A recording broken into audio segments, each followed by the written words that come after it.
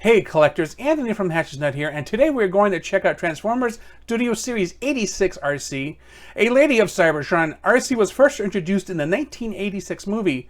Since that appearance, she has been gifted with a niece with the same name and a nephew named Rattrap. It's a deep cut. You'll get it if you watch Beast Wars. Anyway, when we get back, we will check in with this lady of Cybertron.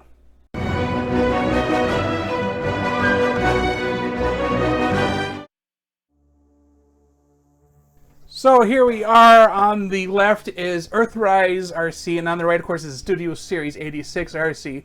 As you can tell, based on their colors, the one on the left has this more pinkish color, while the one on the right has the more movie-accurate lighter pink. And of course, the face is painted on the Studio Series version, and I guess overall a little less pink. But the Earthrise version, of course, has bigger, bluer eyes. I mean, or at least they look bigger to me. You tell me, I guess. But before we take a deeper look at these two, let's put them aside and take a look at the box. It is the typical Studio Series box. Nice picture of Arcee, no plastic. Arcee again. Here's the transformation and diorama. Here's the other side. And then inside the box is the faux diorama where they hold the figure. Of course, the instructions and the Don't Hurt Yourself paper. And of course, the actual diorama, which is a nice battle scene. I believe it's supposed to be Metroplex or Autobot City. I'm not quite sure. It's from the 86 movie, of course. Okay, so here they are, and they'll suffer from having a little too much backpack. The Studio Series Arcee does a good job of kind of compressing everything down, where the Earthrise Arcee just folds it over slightly on itself. As you see, here are the backs. Truer to form, of course, is Studio Series Arcee's backpack. And because we have to, apparently waffles are included. But you notice they have huge feet to try to counter the weight. And yeah, I mean, relatively speaking, they did a decent job, an okay job with kind of mixing the supposed Thrilling 30s mold with the Earthrise mold. I mean, obviously, the better detail on the Studio Series one, if you're looking for movie accuracy, is definitely worth more, worth more maybe to you. But you know, if that's what you're looking to get, you know, you get it for the most part. Of course, the Earthrise Arcee comes with this translucent gun that matches the fin on the back. Put that aside. The Studio Series one gets this movie accurate hand cannon, as it were. And they're fairly both dainty, and as I mess with them, I realize that the Studio Series one has like little ratchets. I don't know how well you can see that on her arm, but even her wrist has these little tiny ratchets that I guess is supposed to add a little bit more, or take away looseness, I guess. I don't know, because hers is clearly loose, but this one, you got to put a little bit of pressure on here to move an elbow. So we're going to put this one aside here and transform her. Her transformation is scary. It looks like the worst type of horror movie ever.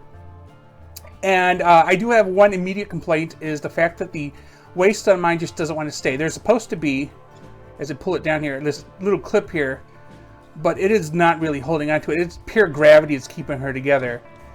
And it doesn't quite do it for me. But first things first, twist her waist around. It's just going to get weird. Fold her feet up, and then they're supposed to go kind of like this. And kind of have to line everything up. But when we get to the part where this folds in, because these two bits are tabs for that piece, you'll see what I see. Because, like, oh God, I'm trying to remember what movie it reminds me of, but it's just super disturbing. But basically, we need to free up all of this stuff here.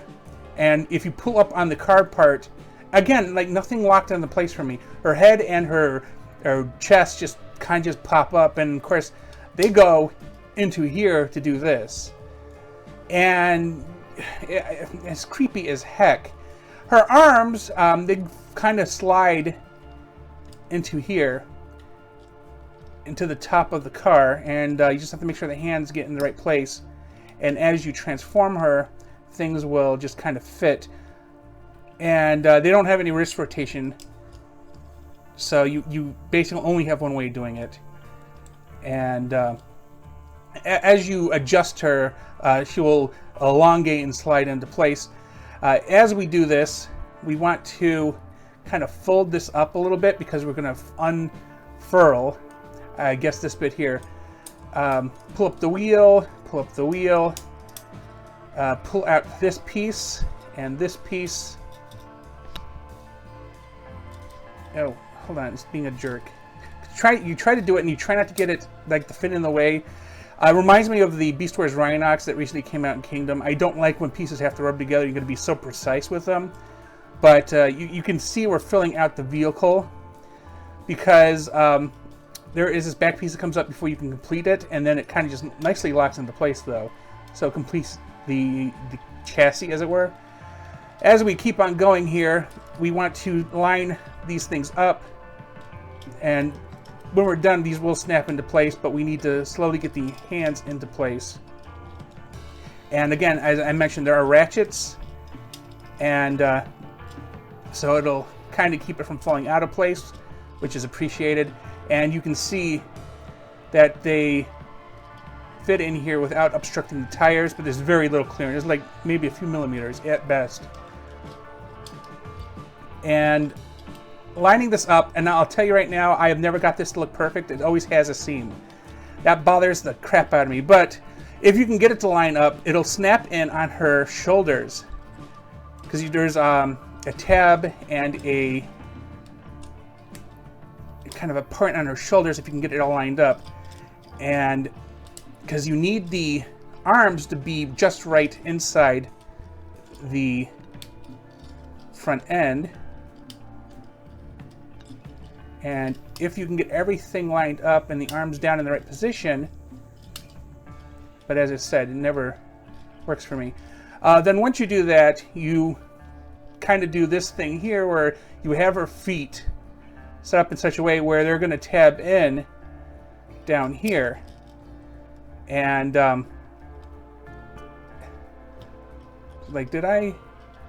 yeah. Okay, so you continue to pull this piece out here, and it'll stretch out for you to do what you need to do here. And as you can see, if you bend the legs correctly, they will tab in into this one piece together.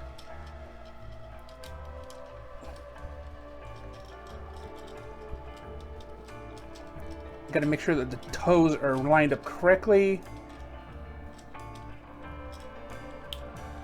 Because as you see, the knees will fit right here below the border.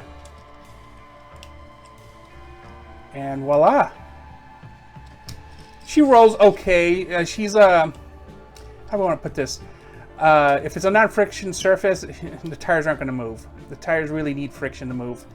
And as I mentioned before, mine have its panels here just popping out. Anyway, gun storage. There are two pieces under here. You can stick it on either one, kind of like it that way. And that is actually pretty cool looking. And yes, definitely a lot more movie accurate. Problem is this gap here, it really bothers me. Because, I mean, at least with the 30s, the legs filled in. But this, I mean, I get it for the transformation to work, for the backpack. But that bothers the heck out of me. But this is a nightmare show right here. This is very creepy. So here they are transformed. And as you can see, the Earthrise Arcee is a bit chunkier, but just a little bit shorter. So you can probably say that that's the trade-off. But here's those openings here that annoy the crap out of me. At least the Earthrise one is consistently all around. But accuracy-wise, this one is definitely movie accurate. As you can see, transformation underneath is different. Arcee looks like Arcee still, so basically shell former, where this one probably wouldn't be called that. It's a lot more of a complicated transformation, although honestly this one's easier to transform. And as we continue around, there's no way to perfectly, or at least on my copies, hide gaps. I wish there were, but you're cramming a lot of stuff underneath there. But definitely the Studio Series Arcee looks a lot better movie-wise. So could we argue that the Earthrise one is TV show accurate? I was pumped about getting an updated, more movie-accurate Arcee. The conversation over how much this new version was a mix of thrilling 30s and Earthrise action figures had me interested. It certainly looks much more movie accurate, but I feel that the gaps on the body of the vehicle takes a little bit away from it. With that said, tell me in the comments what you thought about this action figure. Did you get it? And what did you think about it? Thanks for watching, and please remember to like and subscribe.